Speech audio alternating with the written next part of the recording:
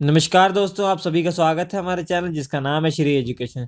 दोस्तों आज की इस वीडियो हम देखेंगे एसएससी सीएचएसएल का जो एग्जाम हुआ था 3 फरवरी को, उसमें जो मैथमेटिक्स के क्वेश्चन आए थे उनको हम देखेंगे और उनको हम एक्सप्लेन करेंगे। इसमें अगर आप एसएससी एमटीएस सीपीओ या सीजीएल की तैयारी कर रहे हैं या किसी भी गवर्नमेंट एग्जाम की तैयारी कर रहे हैं तो आप हमारे चैनल पर जाकर बहुत सारे वीडियो इसी के रिलेटेड आपको मिल सकती हैं। आप हमारे चैनल को सब्सक्राइब भी कर सकते हैं जिससे कि कोई वीडियो अपलोड हो आपको नोटिफिकेशन मिलता रहे जो कि आपके एग्जाम के ओरिएंटेड ही होगा। हमारे चैनल से आपको जीके को याद करने के लिए मोर देन 80% जो जीके का पोर्शन है उसको याद करने के लिए आपको बहुत फनी फनी ट्रिक्स मिल जाएंगी। ऑलरेडी कुछ वीडियोस अपलोड हो चुके हैं, आप जाकर देख सकते हैं।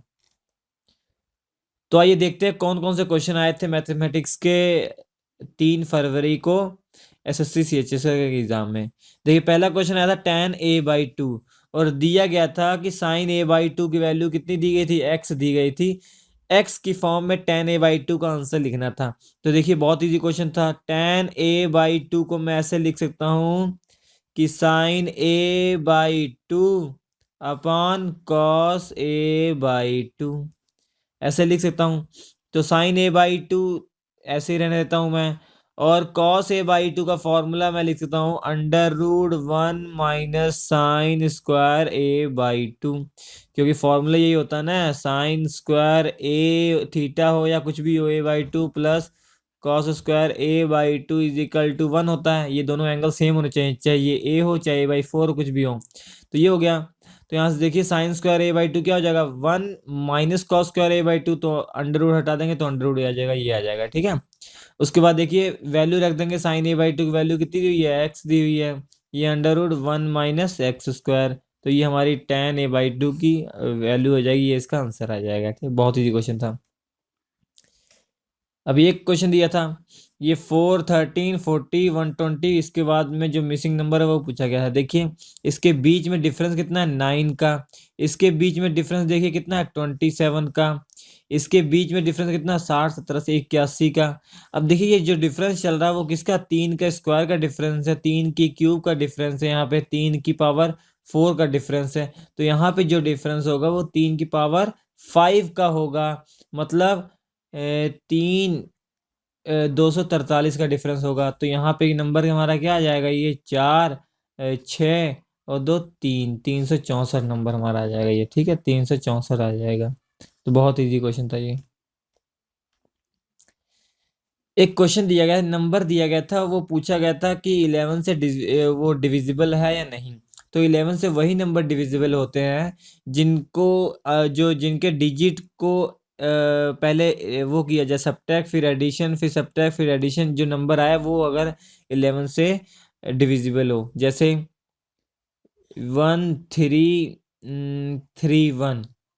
ठीक है, ये देखेंगे 11 से डिविजिबल है कि नहीं। तो हमें क्या करना पड़ेगा, इसके डिजिट को 1 फिर -3 करना पड़ेगा, फिर +3 करना पड़ेगा, फिर माइनस करना पड़ेगा, फिर ये। ठीक है, अल्टरनेट करेंगे, पहले माइनस से शुरुआत करेंगे, माइनस प्लस माइनस। अब देखेंगे क्या आ रहा है, ये कट जाएगा इससे, ये कट जाएगा इससे, ये आ जाएगा, तो 0 आ रहा। तो इसका ये करने पर सब्ट्रैक्शन और एडिशन डिजिट का करने पर अगर 0 आए या ऐसा कोई नंबर आए जो 11 से डिविजिबल हो तो ये नंबर 11 से क्या कहलाएगा, डिविजिबल कहलाएगा। यहाँ पे देखिए 0 आ रहा तो इसका मतलब 11 से ये डिविजिबल है। ठीक है, 11 से ये डिविजिबल है क्योंकि 11 की पावर क्यूब 11 क्यूब यही होता है।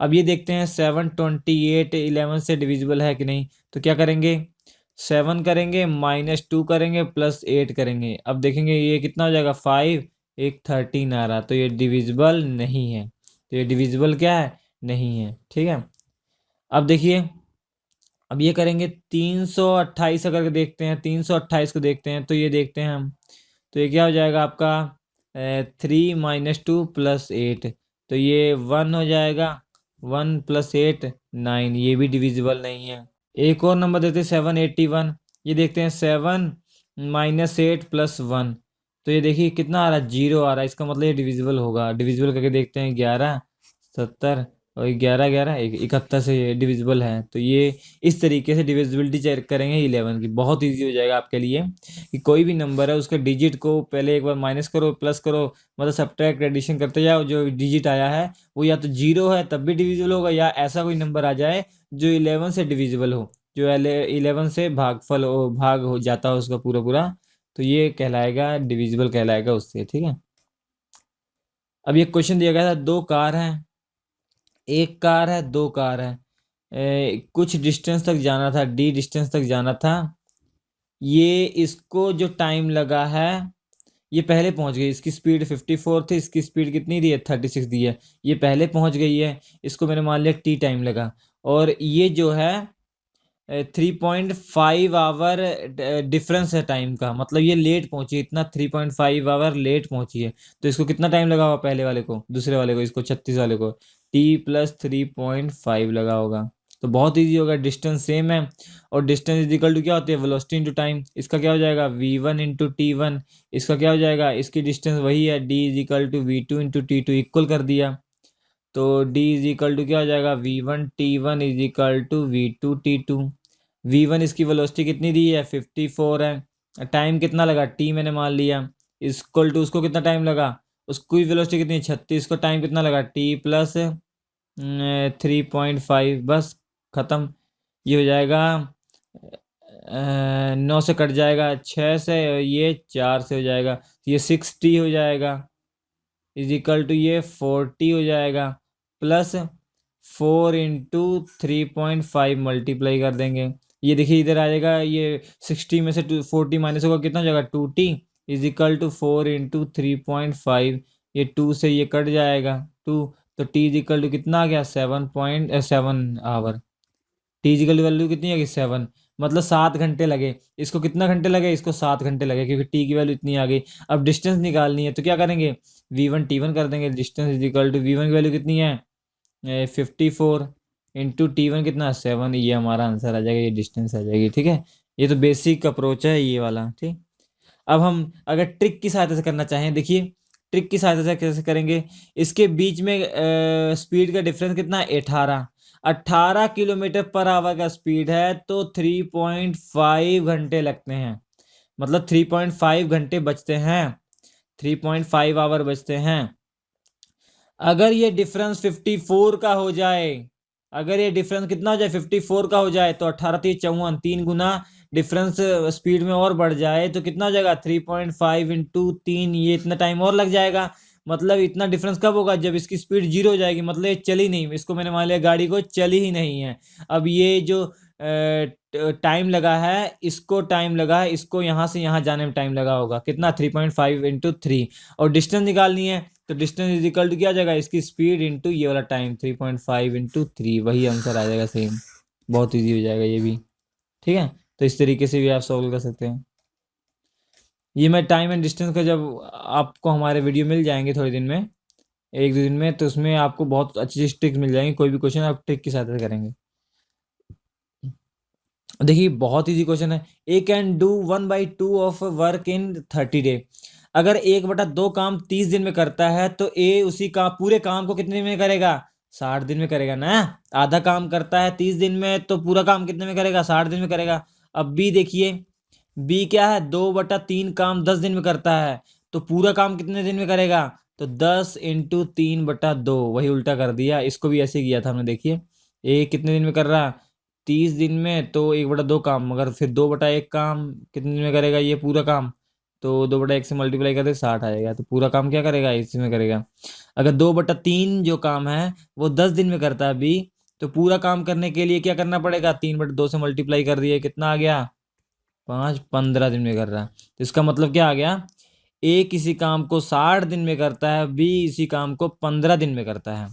अब क्या करना है, ए प्लस बी मिलके उसी काम को कितने दिन में करेंगे वो करेंगे। तो बहुत इजी तरीका हमने बताई आपको, इन दोनों का एलसीएम ले लो। उन दोनों का एलसीएम क्या है 60, हमने मान लिया 60 बर्गर खाने हैं, तो ए को कितने दिन, एक दिन में कितने बर्गर खाएगा, कि 60 दिन में 60 बर्गर खाएगा। एक दिन में एक बर्गर खाएगा, तभी तो 60 दिन में 60 बर्गर खा पाएगा। तो ए के लिए काम क्या हो गया, 60 बर्गर खाने हैं। तो इसके पास कितने दिन है 60 दिन, इसके पास कितने दिन है 15 दिन, तो एक दिन में कितने बर्गर खाएगा, ये 4 बर्गर खा जाएगा। तभी तो 15 दिन में ख़त्म कर पाएगा 60 बर्गर। तो दोनों मिलके टोटल कितने में एक दिन में कितने बर्गर खा रहे हैं? 5 बर्गर खा रहे हैं। तो टोटल बर्गर कितने हैं? 60। एक दिन में 5 बर्गर खत्म हो रहे हैं, तो कितने में 60 बर्गर खत्म हो जाएंगे? तो ये 12। तो दोनों मिलके कितने दिन में काम करेंगे? 12 दिन में पूरा काम कर डालेंगे। ठीक है, बहुत ईजी है। नेक्स्ट क्वेश्चन पूछा गया था, if sale price of an article is 34,000 after allowing discount of 15%। ठीक है, 15% डिस्काउंट के बाद ये जो सामान बिकता है वो 34,000 का बिकता है।